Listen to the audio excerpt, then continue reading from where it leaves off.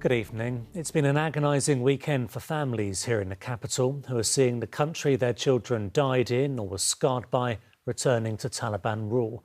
Lieutenant Mark Everson was a platoon commander in Helmand province. He was shot leading his men to safety. His mum has been speaking to our reporter. Her son died 12 years ago and Margaret Everson had slowly been finding a way to live without him.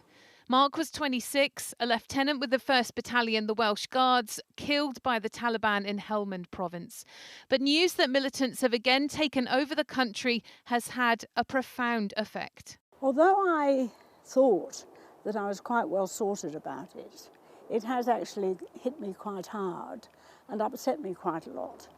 I think the reality that not only was Mark's death sort of in vain in a way, but also the pain and suffering of other mothers and also all the Afghans.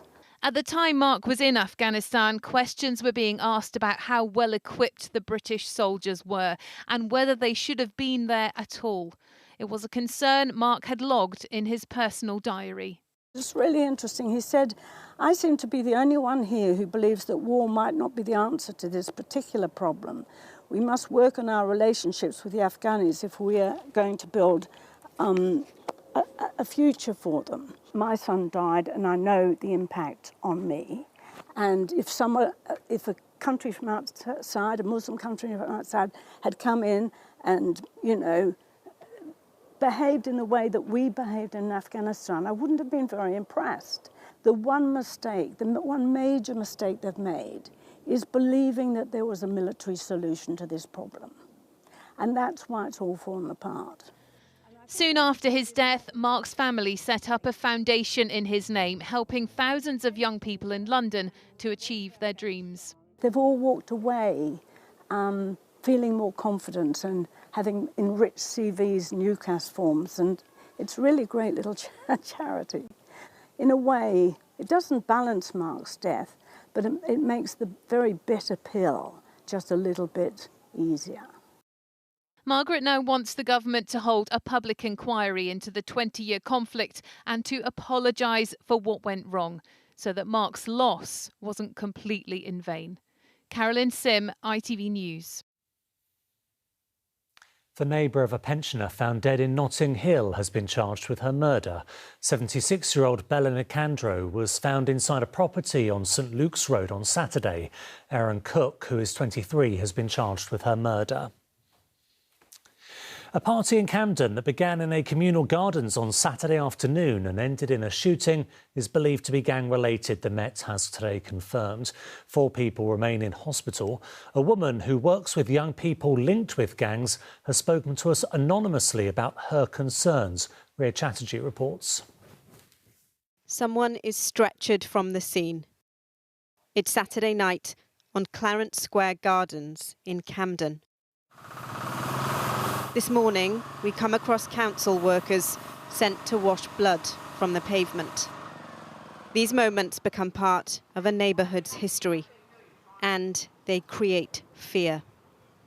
A woman who works in the area with gang-affiliated young people has spoken to us anonymously.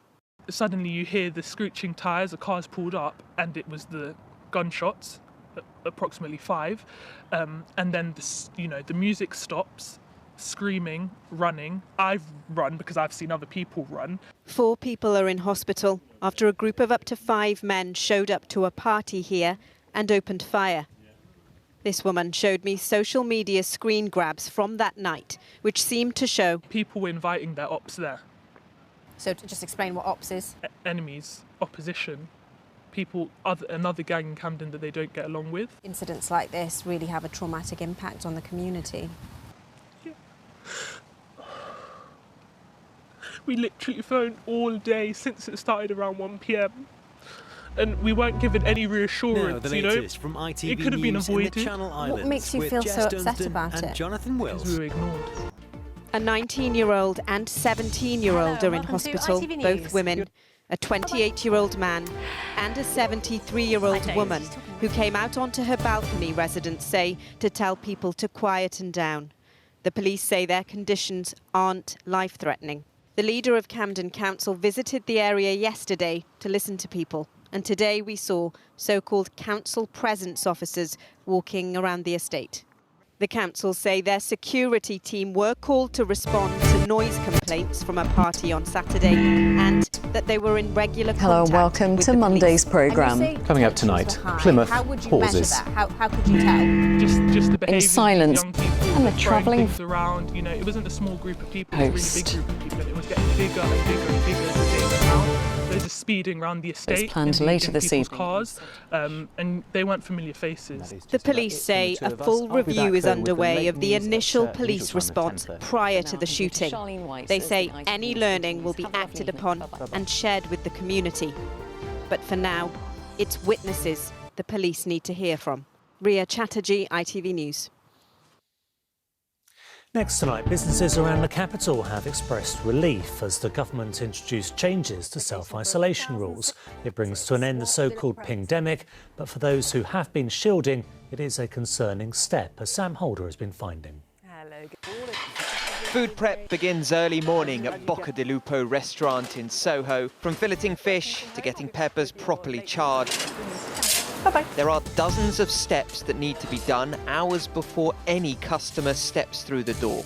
So last-minute cancellations are a real problem. Currently, they're happening 4 times more often than pre-pandemic. Contact tracing, the most common reason. Until today, staff here had been split into 2 teams, never entering the building at the same time. The risk of everyone being traced was too high.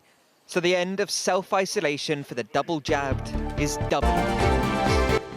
I couldn't stop people from being contact traced. I can't tell them not to live outside of work, and they are in an environment where they will be in close proximity to other people. It feels like a big step closer to stability and a big step closer to getting out of this mess as a business. The move has also got 5-star reviews from London's theatre owners. Until now, putting on big, expensive shows was too much of a risk, because if any cast member tested positive, everyone would have to self-isolate and the curtains would come down on the whole production. It's significant because it reduces the threat of being closed down, and that means that we can start to get the industry back on its feet again. There's still a way to go for the whole country, but this is a very good day.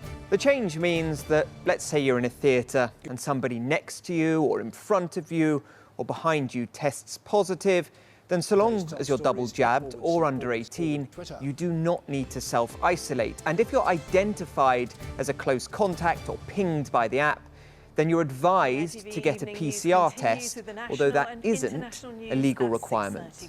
Those who are vulnerable, like John, who has MS, are urging people to remain vigilant. The problem with a lot of these directions is they're guidelines. They're not strict orders like we had a few months ago. We owe it to ourselves, we owe it to other people to be extremely careful. 67% of Londoners have been fully vaccinated, about 8% less than the national average. But for industries where every empty seat eats into profit, the end of self-isolation for the double-jabbed is a major milestone. Sam Holder, ITV News. And finally, a little boy's dream came true at the weekend when he got to have a kickabout with his Chelsea heroes. 6-year-old double amputee he passed the ball around with Mason Mount, as well as posing for photos with the rest of the team. Tony Hudgell there.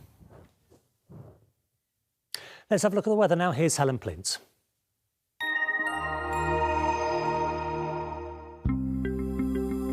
Making the most of it, whatever the weather. Octopus Energy sponsors ITV London weekday weather.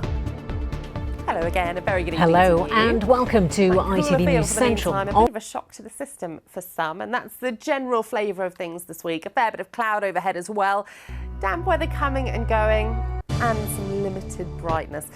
So a very unsettled sort of flavour. Hello, high pressure to the west, low pressure to the east, all ragging in that northwesterly breeze, which hampers our temperatures and brings in extra moisture from the Atlantic, accounting for our extra cloud layers.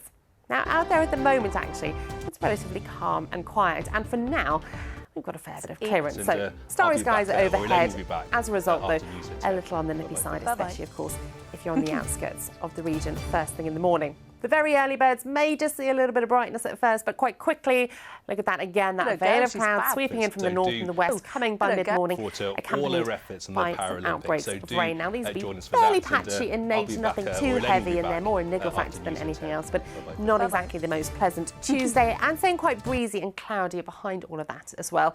There is the chance that'll lift at times for a bit of brightness. If anything, our temperatures up just a notch for the meantime.